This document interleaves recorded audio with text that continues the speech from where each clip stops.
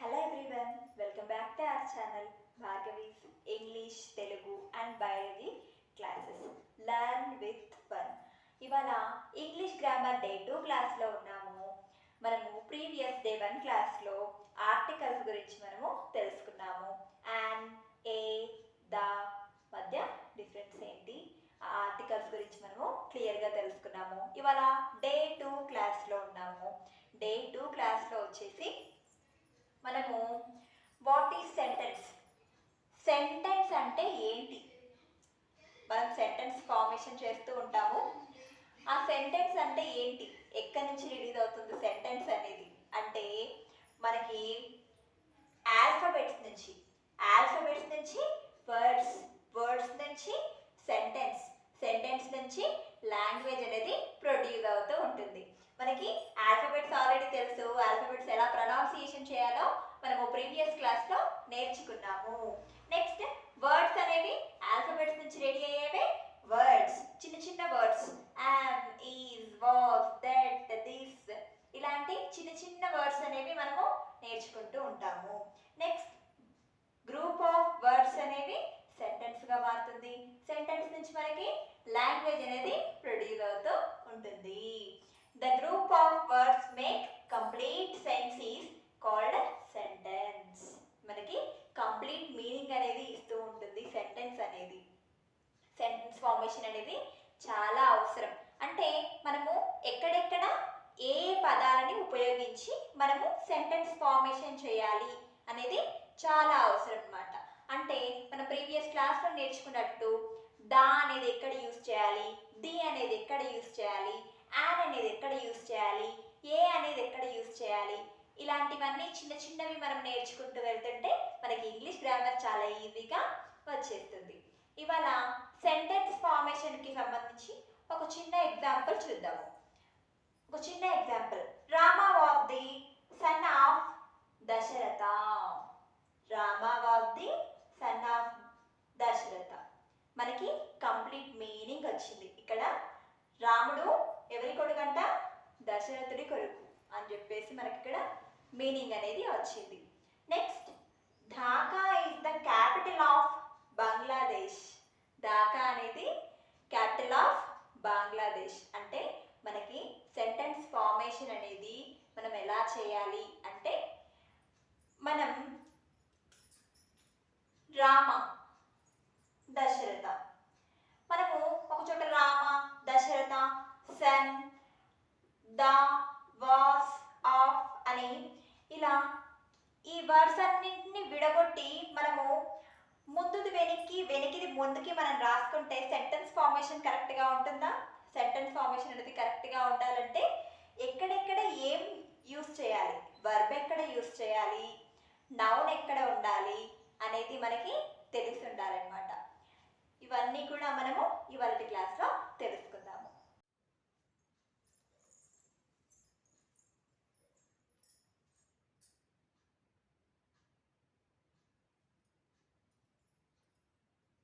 మనం ఇక్కడ చూసినట్టయితే ఇక్కడ వర్డ్స్, ఆల్ఫాబెట్స్ నుంచి వర్డ్స్ ఎలా ఏర్పడుతున్నాయి చూద్దాం. సియుపి కప్ అనేది మనకి కరెక్ట్ అవుతుంది. కానీ మనము ఆల్ఫాబెట్స్ రాంగ్గా ఫార్మేషన్ చేసినట్టయితే సిపిఈ అనేది మీనింగ్ఫుల్గా ఉందా? మీనింగ్ అనేది లేదు. సియుపి కప్ అంటే మీనింగ్ ఉందా? మీనింగ్ అనేది ఉంది. అంటే ఆల్ఫాబెట్ ఫార్మేషన్ కూడా చాలా అవసరము. నెక్స్ట్ ఎంఏకేఈ మేక్, మేక్ అంటే అర్థం ఉంది. కానీ ఎంకేఈఏ అంటే అనేదానికి అర్థం ఉందా? అర్థం అనేది లేదు. అంటే ఆల్ఫాబెట్స్ ఫార్మేషన్ వల్ల మనకి ఏర్పడేది ఏంటి? వర్డ్. అంటే ఆల్ఫాబెట్ ఫార్మేషన్ కూడా మనకి చాలా అవసరము. ఆల్ఫాబెట్స్ ని ఫార్మేషన్ చేయడం వల్ల మనకి ఏర్పడేది సెంటెన్స్. అది ఎలా ఏర్పడుతుంది చూద్దాం. ఇక్కడ ఏ, దిస్, కోంబ్, ఈస్, ఇక్కడ లెటర్స్ అనేవి, లెటర్స్, వర్డ్స్ అనేవి తారుమారుగా ఉన్నాయి. అంటే వర్డ్ ఫార్మేషన్ అనేది ఇక్కడ కరెక్ట్గా ఉందా? కరెక్ట్గా లేదు. కానీ ఇప్పుడు వర్డ్ ఫార్మేషన్ అనేది కరెక్ట్గా ఉంటేనే సెంటెన్స్ ఫార్మేషన్ అనేది కరెక్ట్గా ఉంటుంది. మనము పలికినప్పుడు కూడా సరైన అర్థం అనేది ఉంటుందన్నమాట. చూసినట్టయితే this is a this is a comb అన్నప్పుడు ఇప్పుడు మనకి సెంటెన్స్ ఫార్మేషన్ అనేది కరెక్ట్గా అయిందనమాట. అంటే ఇక్కడ ఆల్ఫాబెట్స్ నుంచి వర్డ్స్ నుంచి సెంటెన్స్ ఫ్రేమింగ్ అనేది మనము చేసాము. Next example A that car is. Sentence formation అనేది కరెక్ట్గా ఉందా లేదు. ఇప్పుడు మనం సెంటెన్స్ ఫార్మేషన్ కరెక్ట్గా చేద్దామా. That is a car. ఇది కరెక్ట్ మీనింగ్ ని మనకి ఇస్తుంది అనమాట. అంటే మనకి ఆల్ఫాబెట్స్ నుంచి వర్డ్స్ నుంచి సెంటెన్స్ నుంచి లాంగ్వేజ్ అనేది మనము ఫ్రేమింగ్ చేస్తూ ఉంటాము. దీనితో పాటు మనము ఇవాళ సెంటెన్సెస్ అనేవి మనకి 4 టైప్స్ ఆఫ్ సెంటెన్సెస్ ఉన్నాయి. వాటి గురించి తెలుసుకుందాము. First declarative sentence. Declarative and assertive sentence అని కూడా మనము చెప్తాము. Declarative and assertive sentence. First one those which make statement. Statements ని ఏదైతే ఇస్తుందో వాటిని డిక్లరేటివ్ సెంటెన్స్ అని అంటాము. ఎగ్జాంపుల్ తీసుకున్నట్టయితే Valmiki is the author of the Ramayana. Valmiki is the author of Ramayana అంటే ఇక్కడ ఒక స్టేట్మెంట్ అనేది ఇచ్చారు. ఓకే, ఇలా స్టేట్మెంట్ లాగా ఉన్నట్టయితే దీన్ని ఏమంటారు అంటే డిక్లరేటివ్ ఆర్ అసర్టివ్ సెంటెన్స్ అని అంటాము. Next interrogative sentence. Interrogative sentence మనకి ఇక్కడ తెలుస్తూనే ఉంది. దోస్ విచ్ ఆస్క్ క్వశ్చన్స్ మనం ఫ్రేమింగ్ చేయడానికి ఉపయోగపడేదే ఇంటరాగేటివ్ సెంటెన్స్. ఎగ్జాంపుల్ తీసుకున్నట్టయితే what is the time now. What is your name. Where are you from. అంటే మనకి వాట్, విచ్, వేర్ ఇలాంటి క్వశ్చన్స్ ని ఫ్రేమ్ చేయడానికి మనకి యూజ్ అయ్యేది ఇంటరాగేటివ్ సెంటెన్స్. ఇంటరాగేటివ్ సెంటెన్స్ అంటే క్వశ్చన్స్ అడగడాన్ని ఇంటరాగేషన్ అంటాం కదా. ఇలా ఇంటరాగేటివ్ సెంటెన్స్ అనేవి ఉంటాయి. Third one imperative sentence. Imperative sentence means those which express comments and requests. Those which express comments and requests.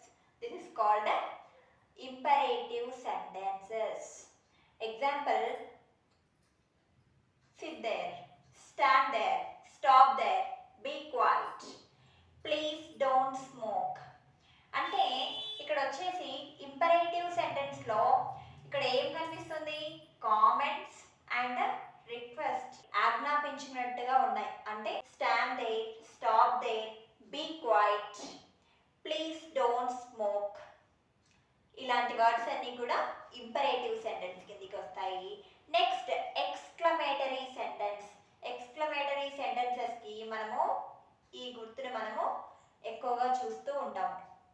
ఈ గుర్తు వచ్చింది అంటే ఎక్స్క్లమేటరీ సెంటెన్స్ అని మనము గుర్తుంచుకోవాలి.